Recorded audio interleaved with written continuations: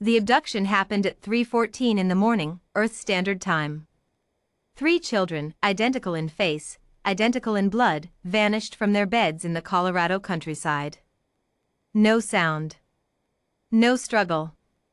Just the faint blue shimmer of a tractor beam, and then nothing but empty sheets and the soft hum of cicadas outside. The Velhari had been watching Earth for 11 years. They were meticulous scientists, proud of their research ethics, at least by their own standards. When they needed test subjects for their neural synchrony study, they didn't want adults. Adults were too complicated. Too emotional. Too unpredictable. They wanted children. And triplets? Triplets were a gift from the universe itself. Commander Kale Veyron stood at the observation window of research vessel Coherence, watching the 3 human children as they woke up. He was tall by Velhari standards, long silver fingers, 4-jointed arms, eyes the color of deep ocean bioluminescence. His rank insignia glowed faintly along his collar ridge. He had overseen 47 alien species studies in his career. He expected the children to cry. They did not cry. The eldest, by 4 minutes, sat up first. He looked around the white sterile room with calm gray eyes, then looked at his 2 siblings. "Joe," he said quietly. "Me. Wake up."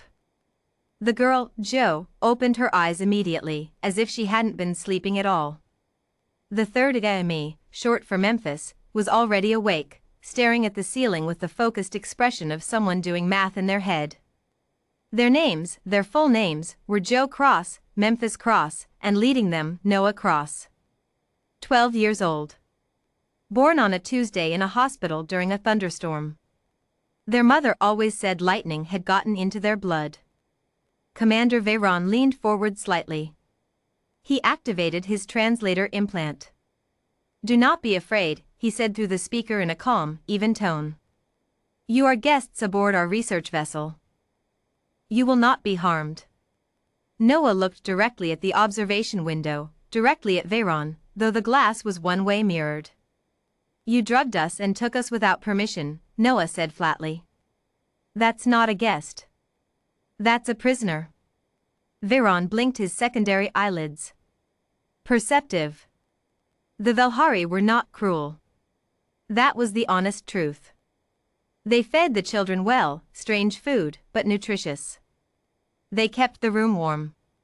They ran their tests gently, small electrodes on the scalp, light scans, reflex measurements. They were studying how human triplets' neural networks synchronized under stress. The data was extraordinary. What they hadn't studied was what happens when you lock 3 human children in a room with nothing to do for 6 hours a day. Joe started drawing maps. She drew them on the condensation of the walls using her finger. The layout of the corridor she'd memorized when they walked them to the testing lab. The angles. The doors. The timing between guard patrols, 2 Velhari technicians who passed every 22 minutes, always the same 2, always talking to each other about something she couldn't understand yet. Memphis dismantled the ventilation panel on day 3. Not to escape, just to understand it. He put it back perfectly. The Velhari never noticed. He took mental notes on the duct structure, the diameter, the routing. He was small, even for 12. They all were. Small and quick and quiet. Noah talked. He talked to every Velhari who entered the room. He was polite. He was curious. He asked questions. What is that instrument called? How does the ship move? Is there gravity generation or rotation? What's the atmospheric recycling system like? And the junior researchers, flattered and scientifically eager, answered more than they should have. Commander Veyron reviewed the interaction logs on day 5 and felt something he hadn't felt in decades of research. Unease. On day 8, Noah called a meeting. The 3 of them sat cross-legged in the corner of the room, foreheads almost touching, voices barely above breath. "Joe," Noah said. "What do we have?" Joe closed her eyes. Her memory was photographic, not officially, not diagnosed, just the way she was built. Main corridor is 40 meters. Splits left to the lab, right to what I think is a loading bay. I smelled pressurized air that direction. The observation deck is up, one level, accessible through the stairwell beside the med unit. Me? Memphis pulled a tiny screw from his sock, he'd been collecting them from the ventilation panel, and held it up. The duct system connects to the bridge. I can get there in about 9 minutes if I go feet first around the second junction. The environmental controls are on the bridge. If I can reach them, I can adjust the oxygen mix to make the crew drowsy. Not enough to be dangerous. Just enough. I need 12 minutes, Noah said. For what? I've been learning their navigation interface. Researcher Den showed me a holographic model of the star system yesterday. He thought I was just curious. Noah paused. I know how to set a return course to Earth. The autopilot speaks in a logic language, it's basically binary tree commands. I just need to be at the console without anyone stopping me. Joe stared at him. You figured out alien navigation in 8 days. I had nothing else to do. Memphis and Joe looked at each other. Then they both looked at Noah. Okay, Joe said. When? Tonight, Noah said. When the patrol cycles overlap. There's a 4-minute window where the corridor is empty. That's our door.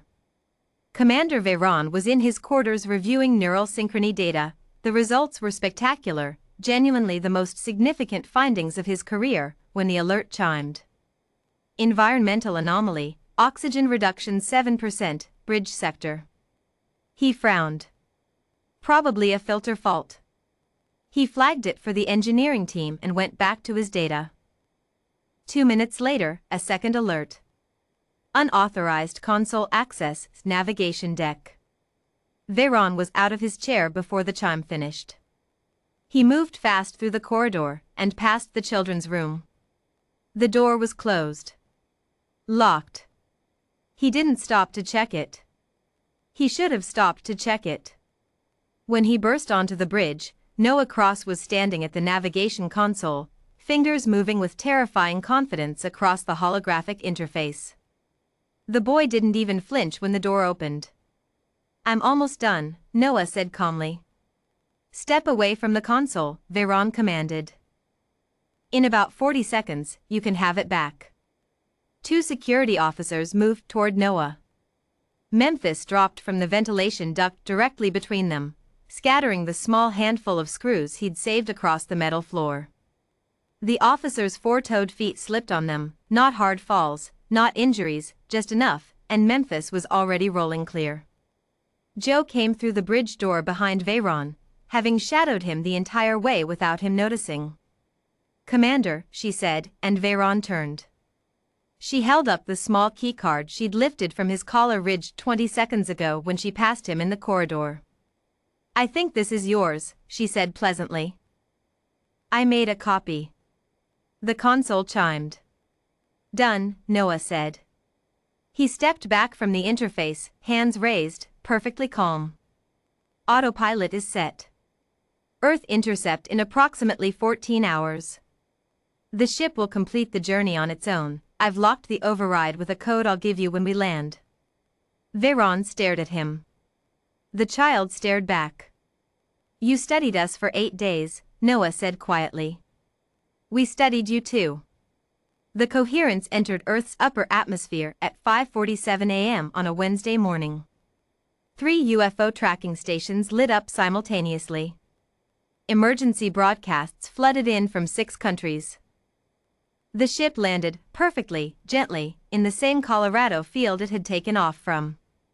The hatch opened.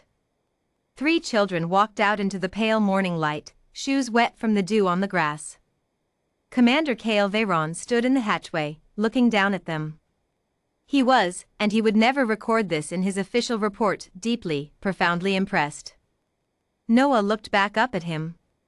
Your research data is still intact, Noah said. We didn't touch it. You can keep it. Publish it, whatever you do. But next time, he paused, ask first. Veron watched the three small humans walk across the field toward the distant glow of farmhouse lights. He stood there a long time after the lights inside flickered on, after the silhouettes of the children appeared in the window, after what appeared to be an adult, running, crossed toward them through the dark. He closed the hatch quietly. In his mission log, under Subject Observations, Commander Kale Veron of the Velhari Research Directorate wrote only one line. Do not underestimate them. Not ever. Not even the small ones. He meant it as a warning. His colleagues, when they read it, took it as the highest compliment their species knew how to give. They weren't the most powerful species in the galaxy. They weren't the oldest, or the fastest, or the most technologically advanced. But they were curious. They were stubborn. And they learned. God help you if you give them 8 days.